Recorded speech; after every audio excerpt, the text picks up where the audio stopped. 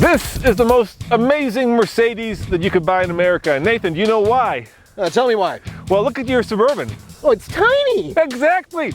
It's like 1.5 feet taller than the Suburban. In fact, it's 7.5 feet tall, and it's 3 inches narrower than a Raptor. And coming up right now, Nathan, let's show them what's amazing about this Mercedes 550 G-Wagon squared.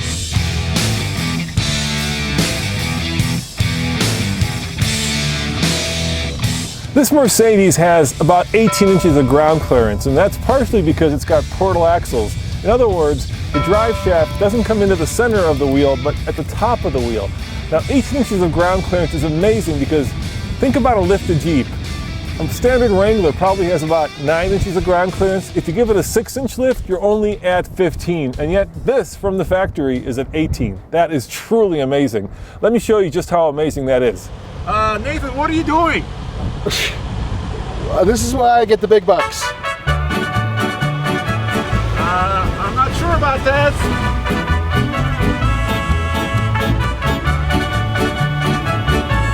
All right, bring him on. Lay down. Whoa! Slower. Slow. Slower, slower, slower.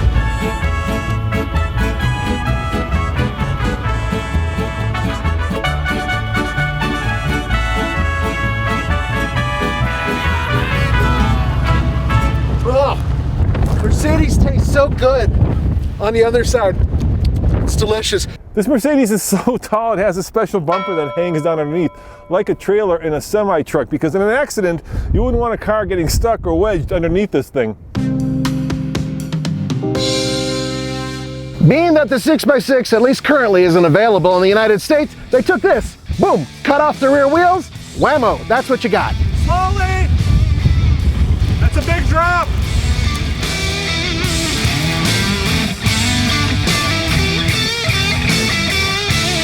Stop!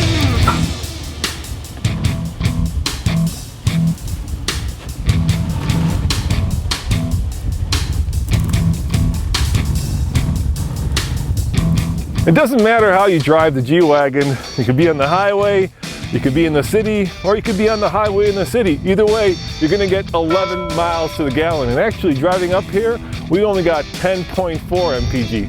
Nathan, where are we? We're in Gorman with ORV trails in Hungry Valley, California.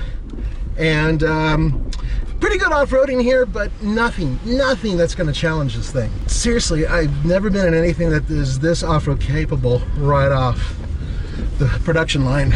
I mean, it's got every creature comfort known to man, at least that Mercedes can put in here, but it's missing some interesting ones. So for instance, on the highway over here, I had a really hard time with my blind spots.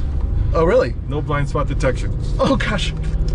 You know, it's just, this is one of those things where I just don't understand the logic of some people buying it who don't go off-road. Yeah, I mean, you know, this is going to see Hollywood Boulevard. I think probably we're the first 4x4 squared to come to Gorman.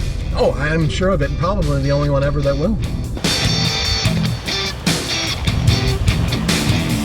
Look at this, carbon fiber. That's what you need when you have these off-road lights. But at least, you know, most people won't confuse you for a big rig. Actually, yes, they will.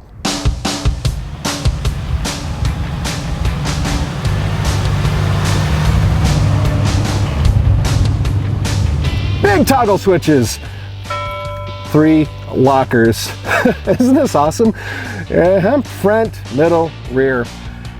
That's really cool. I mean, it would be even cooler if there was another axle back there to have another button, but I mean, there's only room for 3 buttons. All right, Nathan, I have now locked all 3 diffs. Yes, you have. So we're in low gear.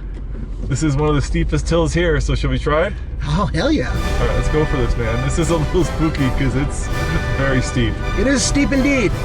And loose. Yeah, this is loose dirt. California's had a real dry period, so not a whole lot of moisture here, and so this sand, frankly speaking, wow, yeah, we're going up. We're going up. This is like being on a roller coaster right now, except you can't roll a roller coaster. No, no. But you can roll a G-Wagon. The see, the thing is that this is really wide. It's struggling a little bit. It's just a little bit of traction issue. Yeah. This is like beach sand almost at this section.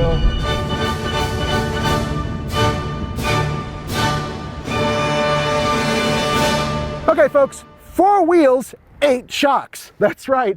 Look at those coilovers. Now, this vehicle actually has 2 settings. It has a comfort setting and it has a sports setting. And one of those shocks will actually be adjustable. The other one is standard. This is an ancient design. It was designed as a German military vehicle back in the 1970s. And it really hasn't changed all that much. I mean, look at the size of these turn signals. And it was in fact designed to house a 70 horsepower or thereabout diesel engine. Today, it's got a twin turbo 4-liter V8. How many horsepower, Nathan? 416! 416 horsepower. And here's the crazy bit. It's not even the most powerful engine you can get in this car. There's a G63 and a G65 that has a 12-cylinder. Now, I've seen videos with some of these things going up and down dunes, you know, in Saudi Arabia, what have you. But this is not, this thing could do so much more.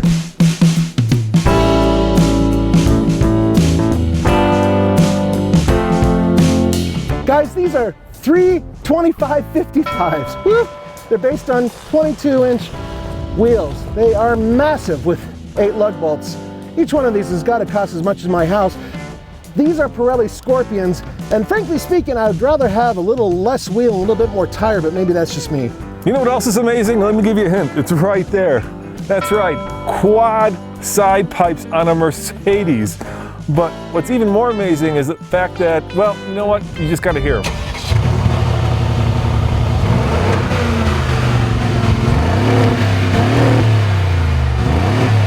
How much is all this overkill?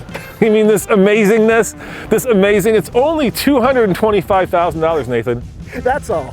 Yeah, that's all. Well, I mean, you get a lot of tech and a lot of ability for that price, I'll tell you that. And you get a lot of carbon fiber. As always, this is Roman and Nathan saying thanks for watching. Remember, check out tflcar.com for more news, views, and real-world reviews. An amazing G-Wagon 4x4 squared reviews, Nathan. Squared. Doesn't it make you sick when you see one of these in Beverly Hills instead of in the mountains? Exactly. That's the most amazing part of it, that these things will never see dirt.